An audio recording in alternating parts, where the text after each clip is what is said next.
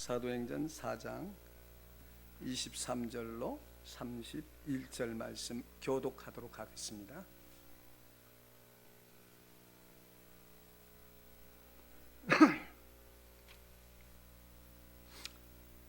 (23절부터) 교독합니다. 사도들이 매임 노임에 그 동료에게 가서 제사장들과 장로들의 말을 다 고하니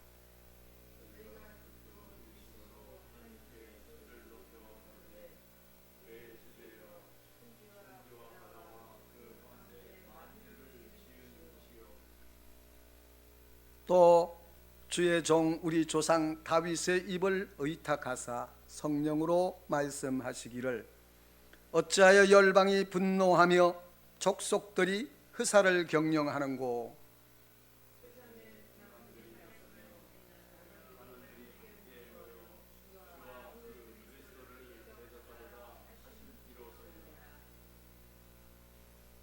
과연 헤롯과 본디오 빌라도는 이방인과 이스라엘 백성과 합동하여 하나님의 그 기름 부으신 거룩한 종 예수를 거스려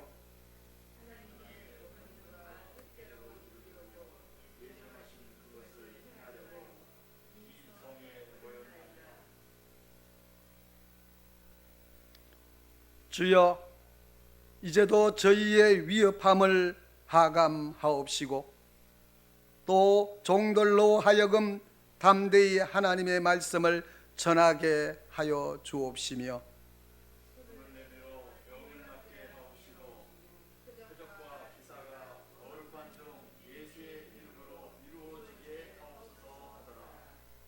다같이 빌기를 다하며 모인 곳이 진동하더니 무리가 다 성령이 충만하여 담대히 하나님의 말씀을 전하니라.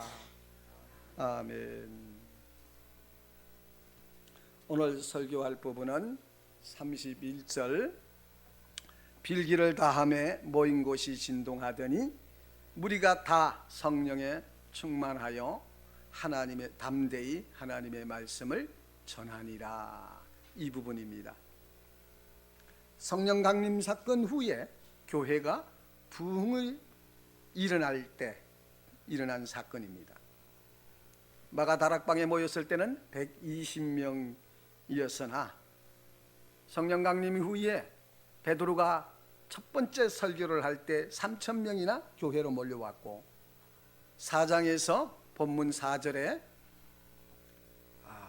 베드로의 설교를 듣고 5,000명이 이제 교회로 모여듭니다. 이 같은 상황이 전개되자 큰 위협을 느꼈던 유대 종교 지도자들 중에 특별히 그 사두개인들이 교회를 핍박하기 시작을 합니다. 그 이유는 사두개인들은 부활을 믿지 않기 때문입니다. 루돌프 불트만이라는 자유주의 신학자가 있습니다. 이 사람은 사두개인들은 엄격한 의미에서 당시에 가장 보수적인 사람이라고 해석을 했어요. 그 이유가 뭔가? 많은 사람들은 구약 자체가 부활에 대해서 명백하게 가르쳐주지 않았고 부활을 믿지 않는 사두개인들의 신앙 태도가 당시에는 보수적이라고 이렇게 해석을 했던 겁니다. 이들은 부활 자체를 믿지 않기 때문에 예수님의 부활을 전하는 기독교는 사두개인 눈에는 황당하기 때문에 핍박을 한 겁니다. 또 바리새인들은 부활을 믿기는 하지만은 그 부활을 나사렛 출신 예수에게 적용한다는 것은 신성모독이라고 여겼던 겁니다. 왜냐? 부활은 하나님의 인정받은 자예요. 하나님이 인정하셨기 때문에 그를 죽었지만은 그를 살려내신 게 하나님이신데 나사렛 출신 예수는 하나님을 모독해서 저주를 받아 나무에 달려 죽었던 자입니다. 그가 부활했다는 그것은 제자들이 지어낸 것이라고 믿었기 때문에 바리새인들도 핍박을 했습니다. 사두개인들은 부활이 없다는 이유로 핍박을 하고 바리새인들은 부활을 믿지만 그 부활을 예수에게 적용한다는 것은 신성모독인 것입니다. 그래서 핍박을 하기 시작을 해요.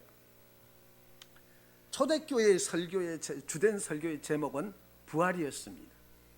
우리는 이미 성경에 십자가 사건이 먼저 일어나고 그 의미를 알고 있어서 부활을 해석하지만은 초대교회 성도들은 부활을 통해서 십자가의 의미를 깨달았던 것입니다.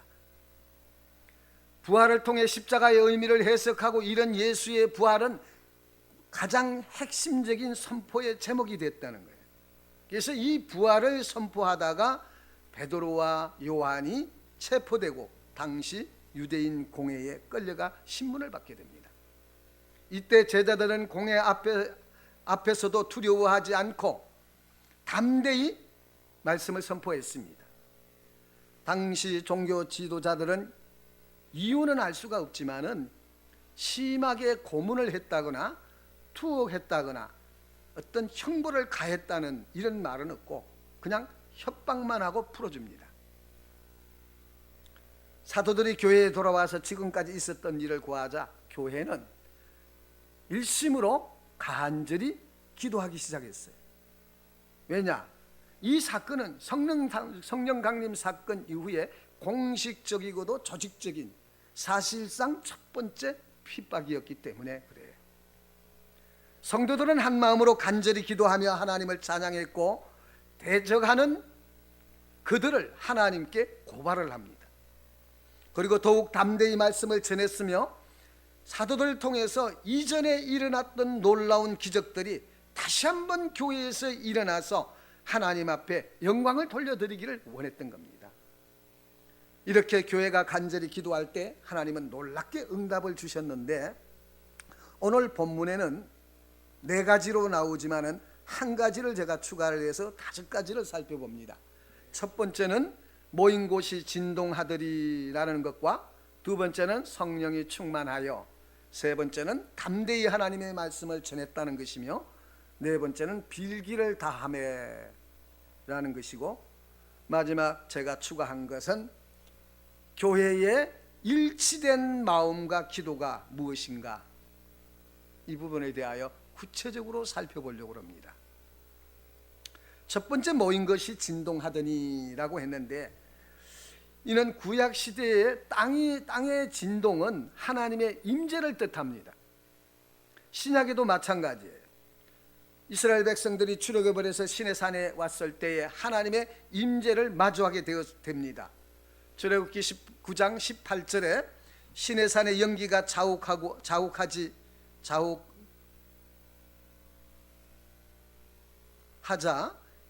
자욱하자 여호와께서 불 가운데 극이 강림하심이라. 그 연기가 옹기가마 연기 같이 떠오르고 온 산이 크게 진동하며라고 했어요. 구약 성경에 익숙했고 구약의 전성에 통달했던 유대인들입니다.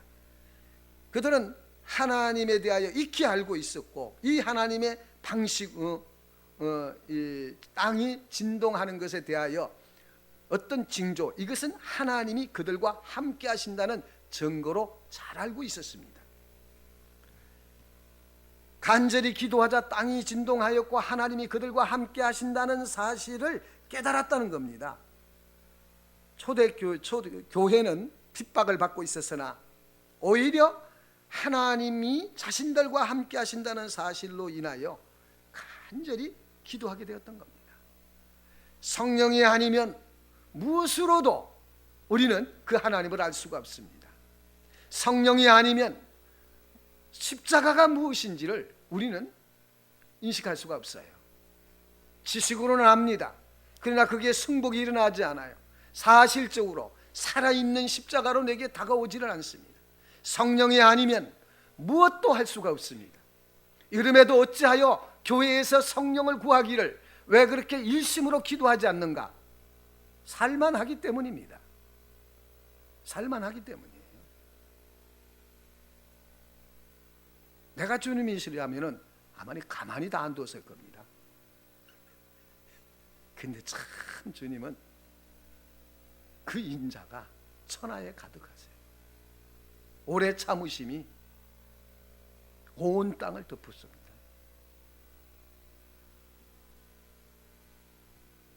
하나님은 교회가 승승장구할 때에 크다란 핍박을 받게 해서 두려워하게 하셨어요. 왜요? 잘 되고 있는데. 온 교회가 한 마음을 모아서 또다시 힘써 기도하기를 원하셨던 것입니다. 그 이유가 무엇인가? 하나님께서 교회가 간절히 기도함으로 하나님이 함께 하심을 확인시켜 주셔서 지금 직면하고 있는 이 핍박에 대하여 담대하게 이겨내라는 겁니다. 우리는 그래요. 그 핍박을 멈추게 해 주옵소서 이쪽으로 갑니다. 그러면 신앙이 필요 없게 돼요.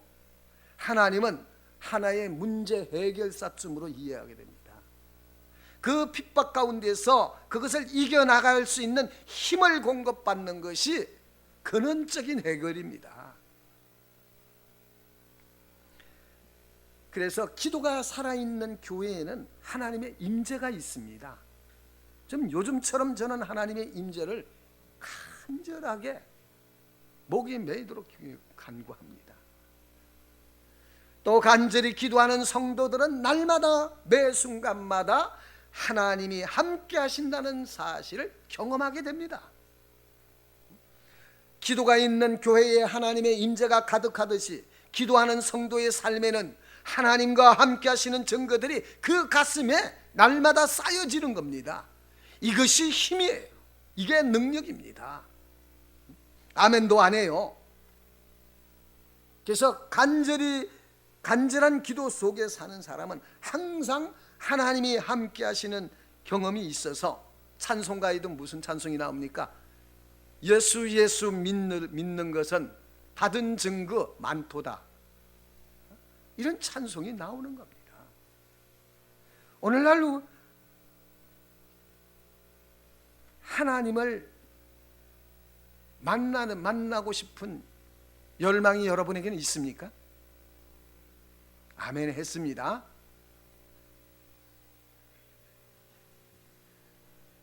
어떤 사람들 교회에서 요즘처럼 열망이 식어진 교회 시대는 없었을 것 같아요.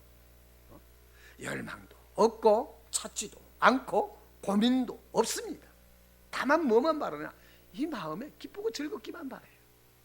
예배 드릴 때 은혜가 임해서 기쁘고 즐거웠으면 좋겠다는 겁니다. 때로는 어떤 설득이나 교회의 호의적인 태도에도 그들에게는 아무 소용이 없어 보여요. 이런 불신 가운데 그 유일한 대안이 무엇인가? 부인할 수 없는 하나님의 임재가 강하게 이곳에 임하는 것밖에 없습니다. 이곳에 임하는 것밖에 없어요.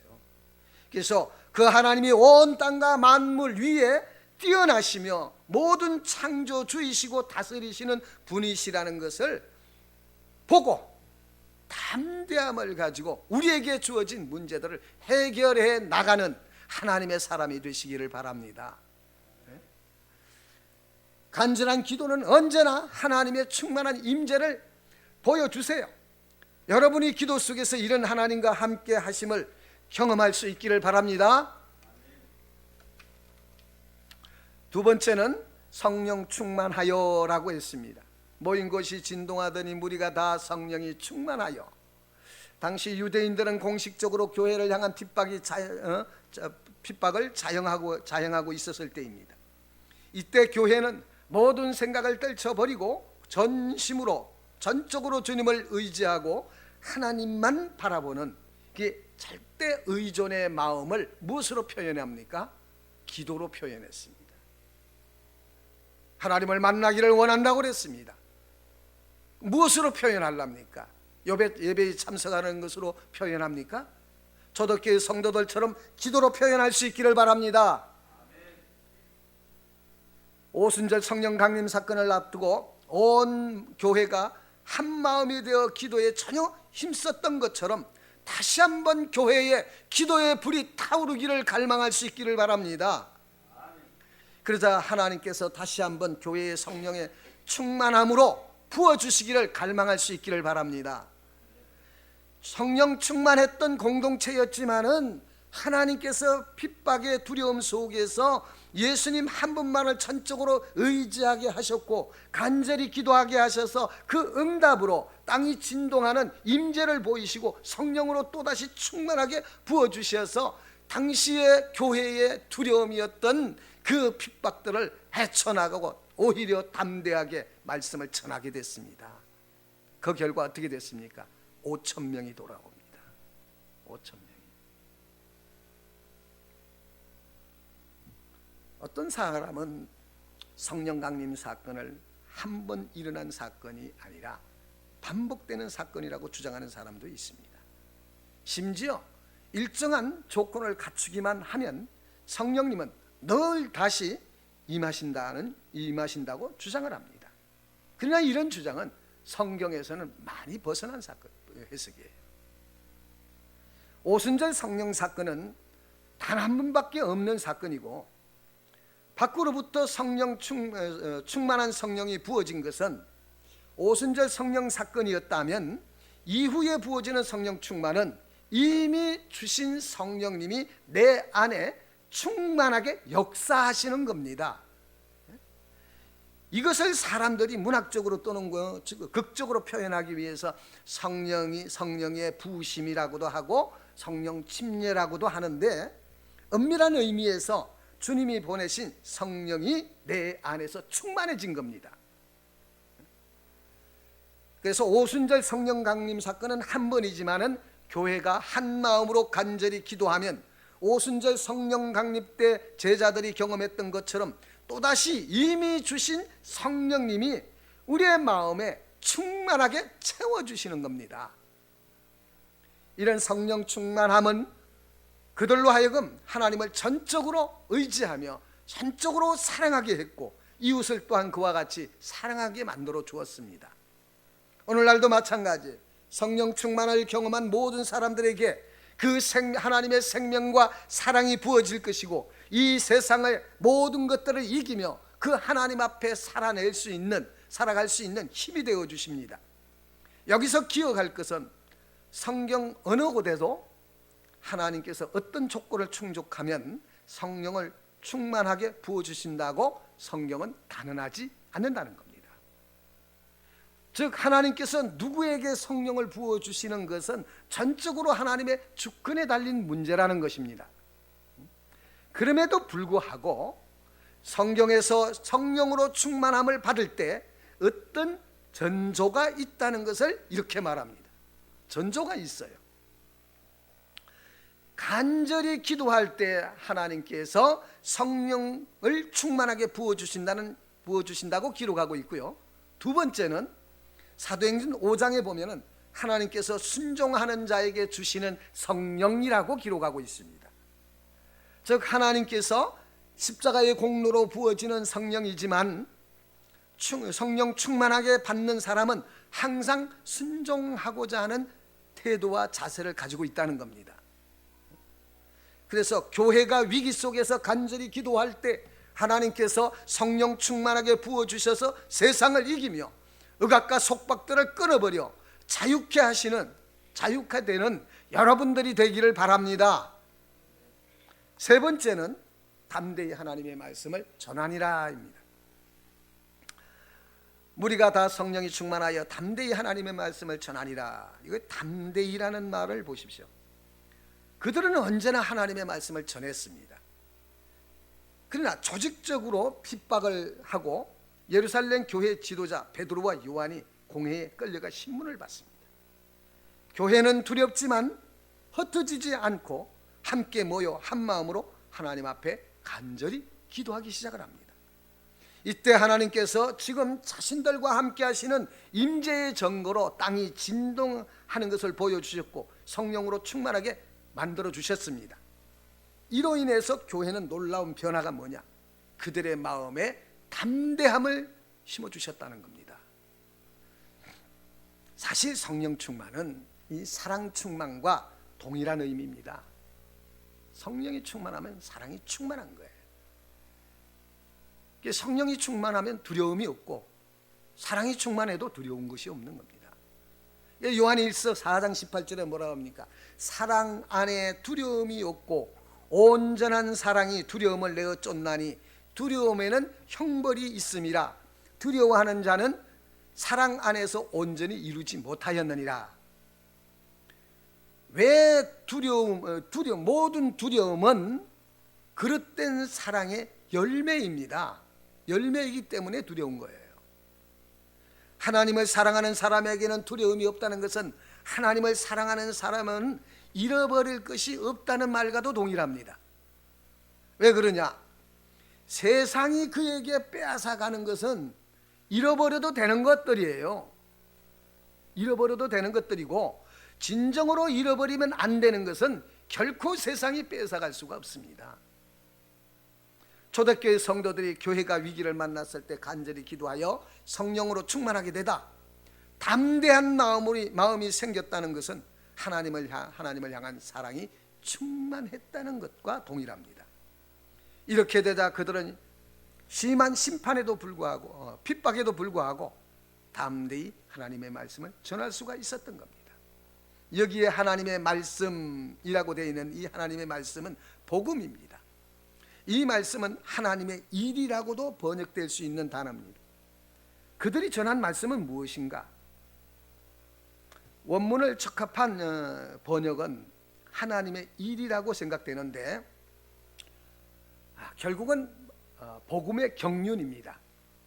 십자가의 부활을 통해 이 세상에 보내신 하나님의 일, 즉 하나님께서 창조하신 세계가 어떻게 인간으로 말미암아 깨트려지고 창조의 목적으로 돌아갈 수 없는 인간을 예수님의 십자가로 말미암아 돌이키게 하시고, 그리고 예수님의 남은 사역을 하나님의 자녀들에게 성령을 보내셔서 계승하게 하시고 마지막 이 세상에 어떻게 완성하시는지, 하나님의 영광이 충만한 세상에서 모든 인류가 행복하게 삶을 누리게 하시는지, 이런 모든 것들을 보여주는 것이 하나님의 복음의 경륜입니다. 이 경륜을 담대하게 전하기 시작했고, 이 말씀을 들은 수많은 사람들이 하나님께로 돌아오는 역사가 곧 하나님의 일이요 하나님의 행사라는 겁니다. 자, 이런 사실 이런 상황에서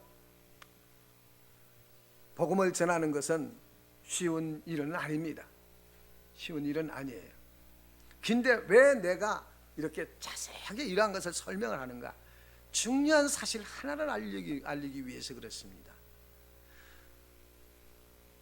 우리는 평소에 간절함을 잃어버려도 아무렇지 않게 삽니다. 아무렇지 않게 살아요. 간절함이 아니면은 하나님을 향하여 모든 것이 혜택을 누리지를 못합니다. 성령의 충만함도 받지 못하고 하나님이 함께 하심을 보여주셔도 참여하지 못하고 하나님의 행사를 펼치시는데도 참여했다 할지라도 누리지를 못합니다. 성도들은 자기 안에 있는 하나님의 나라를 누리는 것만큼 다른 사람에게도 하나님의 나라가 이루어지기를 갈망하게 되는 법입니다.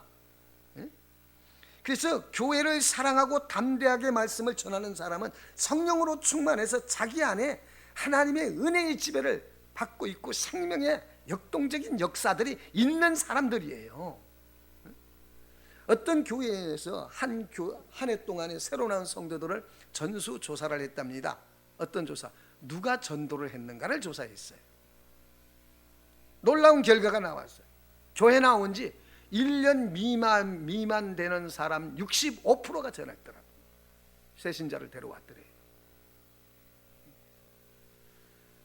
그들은 상태가 좋은 사람이에요. 하나님이 뭐라고 말씀하셔도 순종하기를 기뻐하고 섬기기를 기뻐하고 무엇인지 하나님 제일주의로 이렇게 초신자 때 은혜 받으면 그렇지 않습니까? 한 1년 동안은 계속 그게 유지가 돼요. 그러니까 자기 안에 있는 이 하나님에 대하여 알리고 싶고 그들도 함께 참여시키고자 하는 열망이 있습니다. 상태가 극적으로 아주 최대한 상태, 좋은 상태입니다. 근데 믿은 지 오래된 사람은 어떻습니까? 이러한 상태를 유지하지를 못해요. 간절함이 있습니까? 열망이 있습니까? 하나님 만나지 못하는 것에 대하여 회개해 본 적이 있는가? 교회가 일치된 마음이 되지 않는 것 때문에 가슴을 쳐본 사람이 있습니까? 우리 교회에 들어와서 성도들 교제하는 거 보면은 전부 딴소리, 세상 얘기, 이런 얘기만 하지, 은혜 받은 얘기를, 나눔의 역사들이 참으로 드뭅니다. 난 신기한 거예요. 그렇게 강조를 하고 해도 이게 전사전이 복사되어져서 확산되어져 한 마음이 되게 하시는 것이 하나님의 뜻입니다. 근데 이런 일을 만들어내지를 못해요. 그러면서 강단만 쳐다보면 됩니까? 천만의 만만의 말씀이에요. 하나님의 역사하셔서 거기에 참여했다 할지라도 누리지를 못합니다. 누리지를 못해요. 하나님이 임하시면은 두 가지 현상이 나타나지 않습니까? 은혜의 지배를 받고 있는 사람들에게는 영광에 참여하게 될 것이지만은, 하나님을 떠나서 나누인 마음을 가지고 살아가는 자들에게는 심판으로 임한다는 사실을 왜 모릅니까?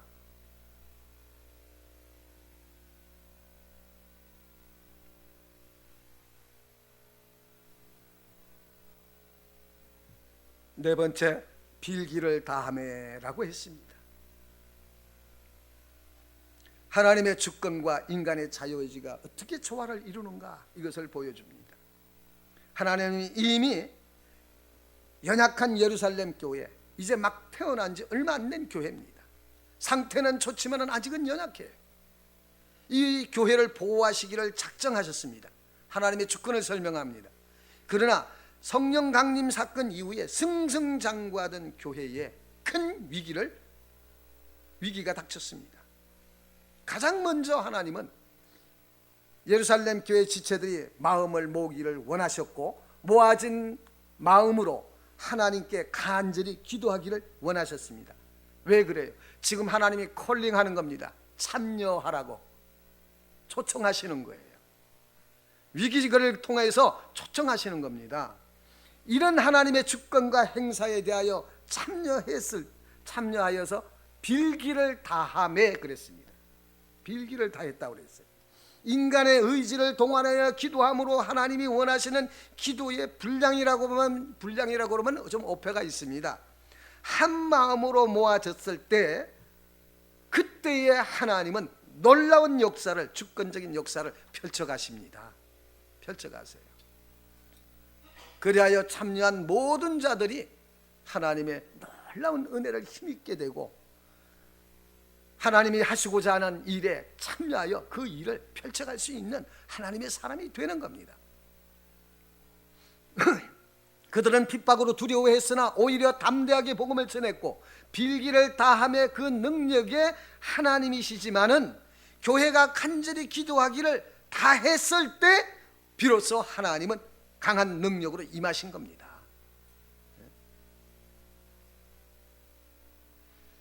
이렇게 성령 충만하기 위하여 얼마나 기도해야 될까요? 얼마나 기도해야 될까요? 정도의 차이는 있지만은 하나님 앞에 엎드려서 첫 번째 기도할 때에 첫 번째가 뭐냐? 이 마음이 낮추십시오. 이 마음이 낮아지고 주님만 바라보는 가난한 마음을 가지기를 소원하십시오. 이게 기도하게 하시는 하나님의 뜻이에요. 주시옵소서가 아니라, 저는 지금까지 신앙생활 하면서 우리 집안이 3대째 기독교인입니다. 신앙생활 하면서 계시가 올 때마다 99%는 나 자신에 대한 계시입니다. 99%는 1%가 될까 말까가 다른 사람에 대하여 기도해 주라고 주시는 계시였었습니다.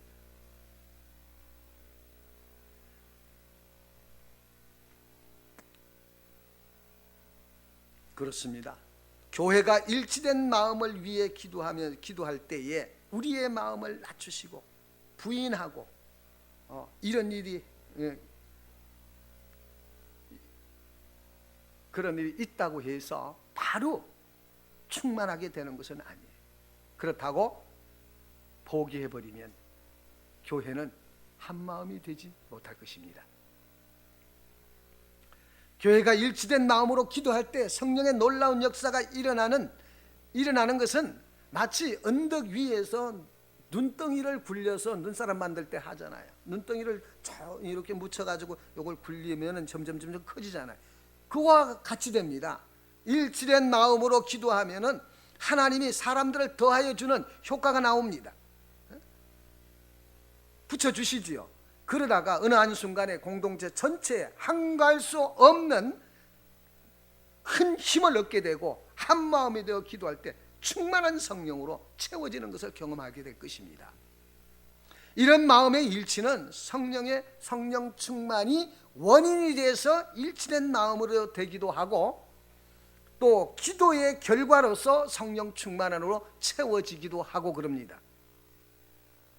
사도행전 2장 마가의 다락방에서 기도에서는 일치된 마음으로 성령의 충만함이 원인이 됐습니다.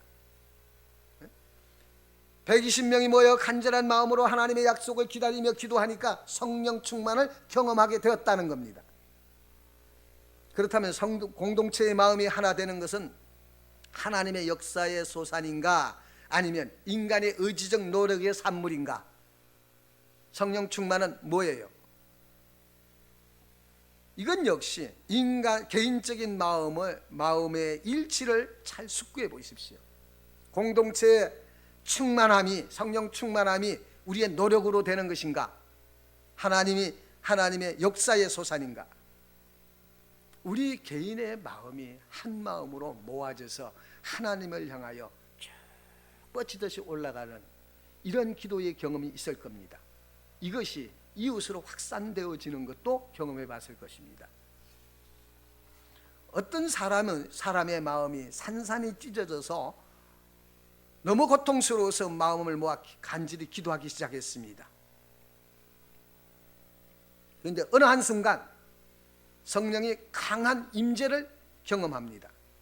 이것은 그가 기도하기 시작할 때 아직 성령 충만은 받지 못했지만은 이미 그 사람 안에는 하나님의 은혜가 시작된 겁니다.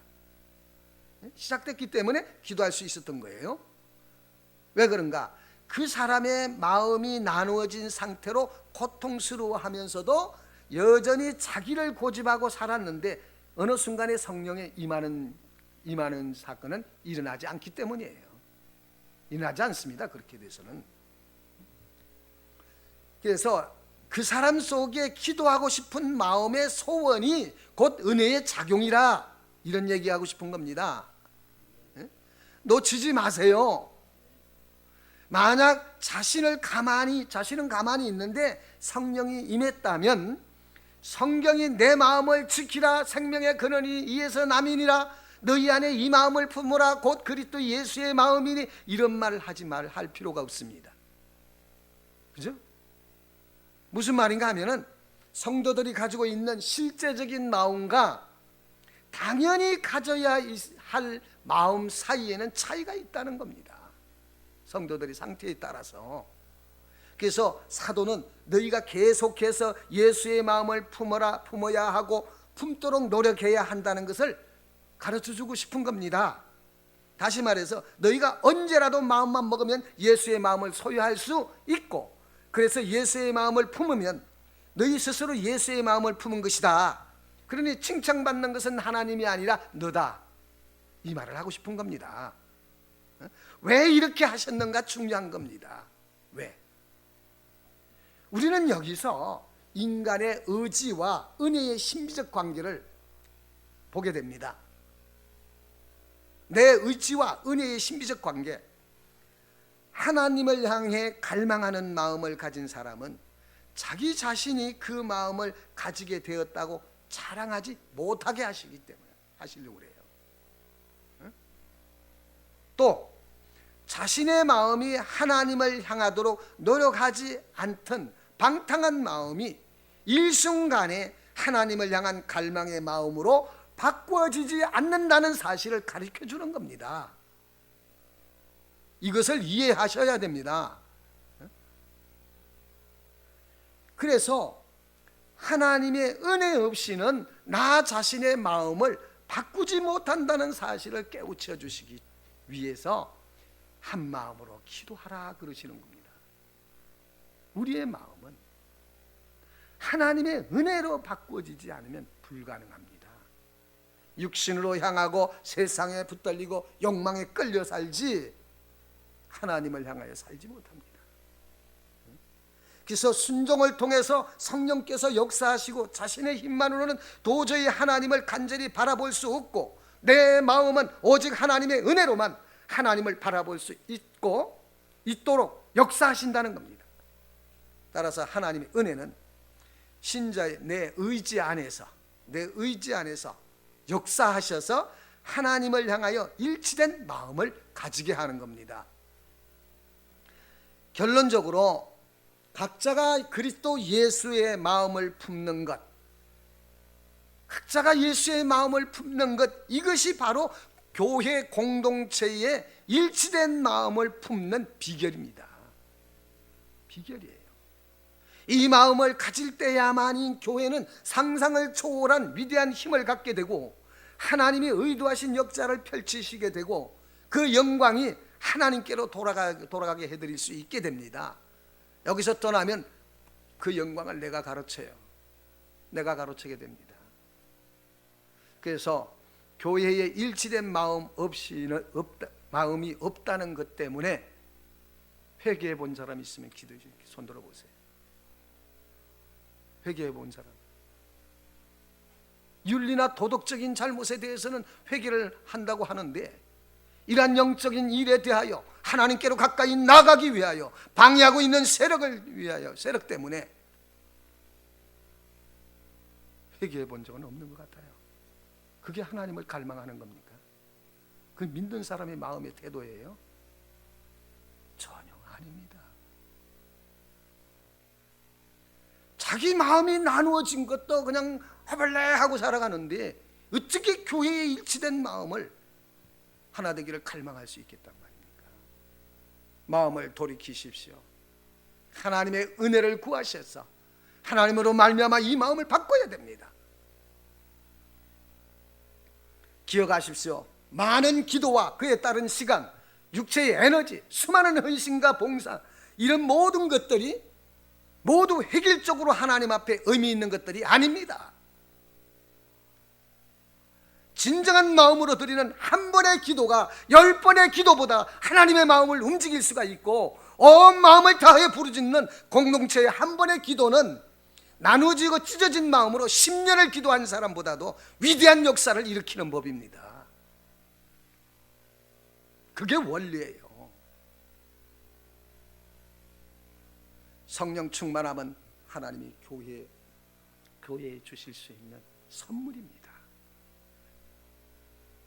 이 선물을 주기 위해서 우리 모두 한 마음이 되어서 간절히 기도할 수 있기를 축복합니다. 이제 우리 인생의 남은 기간 동안에 어떻게 하면 하나님을 전심으로 섬길 수 있을까? 이 소원을 품을 수 있기를 바랍니다.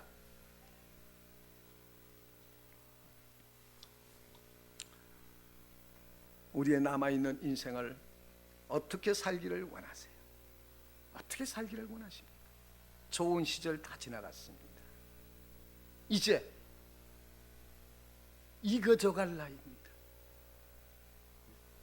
성령으로 충만해져서 강력한 힘을 가진 공동체가 되어서 완악한 자들을 말씀의 권능으로 승복시키고 연약한 자들을 가슴으로 품고 상처받은 자들에게 위로를 주고 사랑이 무엇인지 모르는 자들에게 주님의 사랑을 보여주며 그들을 그리스도의 가슴에 안겨드리는 도구가 되기를 열망하십시오.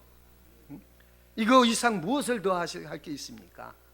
또 우리가 가는 곳마다 이 땅의 저주가 풀어지고 섬기는 일마다 열매로 맺어지고 나타나고 하나님을 모르고 고통스럽게 살아가는 사람들에게 빛 가운데로 인도하여서 함께 하늘의 기쁨을 나누며 살아가는 것이 아니면 무엇을 하겠습니까? 그래서 살아있는 동안에 에녹과 같이 하나님과 동행하고 죽어서는 아벨과 같이 그 피로 말하는 하나님의 사람이 되는 것, 이거 외에 무엇을 바랄 게 있습니까? 이것이 우리의 소원이고 내가 살아있는 이유이기를 바랍니다. 여러분, 이 놀라운 일은 교회가 성령으로 충만해지면 지금까지 나열한 건 성령이 충만해지면 일어나는 일들입니다. 충만해야, 성령 충만은 우리 한 사람 한 사람의 마음이 하나님을 향하고 하나가 되어서 하나님께 봉헌되어지기를 갈망하십시오. 내 마음을 내 마음대로 하는 것이 아니에요. 내 마음을 내 마음대로 하는 게 아니에요. 교회의 주인이신 예수의 마음이 나를 움직이는 원동력이 되기를 바랍니다. 은혜 받은 한 사람 한 사람이 이렇게 자기의 심장을 뜯어내는 것처럼 뜯어내서 그리스도 예수 앞에 바치게 될 때 교회는 일치된 마음을 가지게 되고 성령께서 강력하게 역사하심으로 누구도 막지 못할 생명의 역사들이 일어나게 됩니다. 저는 지금도 꿈을 꿉니다. 지난 한 주 내내 새털같이 많은 날들을 주님을 섬긴다고 살아왔지만은 이 은혜 없이 섬긴 날이 얼마나 많은가 이것을 생각해 보았습니다. 하나님의 은혜를 받아서 일치된 마음으로 교회를 섬기며 놀라운 하나님의 역사를 경험하고 이 교회에 발을 들여놓는 모든 사람마다 주님을 깊이 만나서 생의 대전환을 이루고 변화되어서 성령이 충만한 생명의 역사들이 일어나기를 저는 지금도 갈망합니다. 이 일을 위해서 내가 할 일은 끊임없이 이 마음을 하나님께 드리는 겁니다. 이 마음을 하나님께 드리기를 힘씁니다.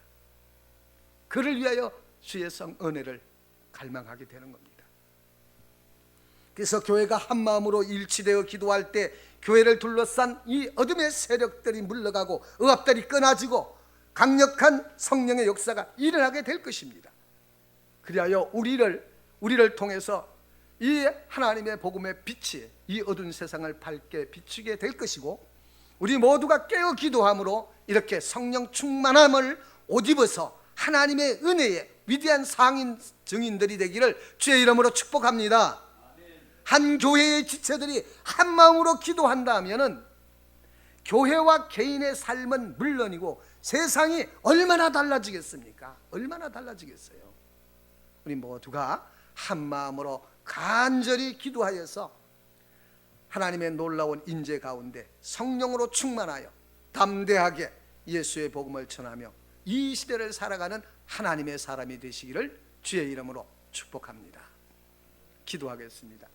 살아계신 아버지 하나님 감사합니다. 우리를 부르신 이도 하나님이시요 오늘날까지 살게 하신 이도 하나님이시요 우리 가운데 함께 하시면서 은혜 주시기를 기뻐하셨던 하나님, 우리의 마음이 하나가 되기를 원합니다. 일심으로 주 하나님 앞에 간절히 기도하여 성령으로 충만케 하옵시오. 입술에 권세를 담아주시고 발에 힘을 더하여 주옵시며 주를 위하여 살아가는 저들이 세상 가운데에 나가 세상을 이겨나가는 힘을 공급하여 주시옵소서. 영광이 나타나는 그날까지 쉬지 않고 주님이여 주 하나님과 함께 동행하는 이 땅을 살아내므로 우리를 향하신 하나님의 뜻을 이 땅에 펼쳐가 모든 이들이 주께로 돌아올 수 있게 역사하여 주시기를 원하나이다. 모두 자리에서 일어서 주시기를 바랍니다.